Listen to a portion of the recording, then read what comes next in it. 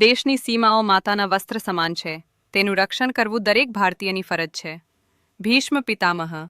નમસ્કાર દર્શક મિત્રો, સરહદ ન્યૂઝ ચેનલમાં આપનું સ્વાગત છે. હું અનિતા ગોસ્વામી. હવે જોઈએ સમાચાર વિસ્તારથી. અંજાર આરોગ્ય ખાતાએ જવાબદારી નિભાવી.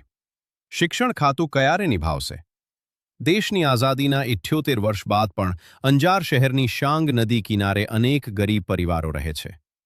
આ ગરીબ પરિવારના નાના બાળકોને આરોગ્ય ખાતા દ્વારા પોલિયો રસીના ટીપા પીવડાવી ખૂબ જ ઉમદા કાર્ય કર્યું છે.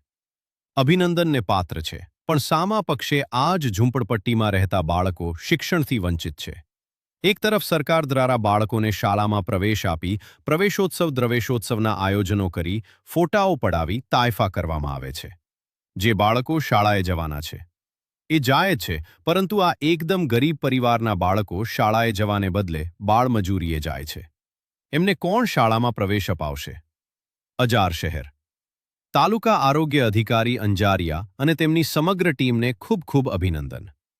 રિપોર્ટ બળદેવપુરી ગોસ્વામી, સરહદ ન્યૂઝ, કચ્છ.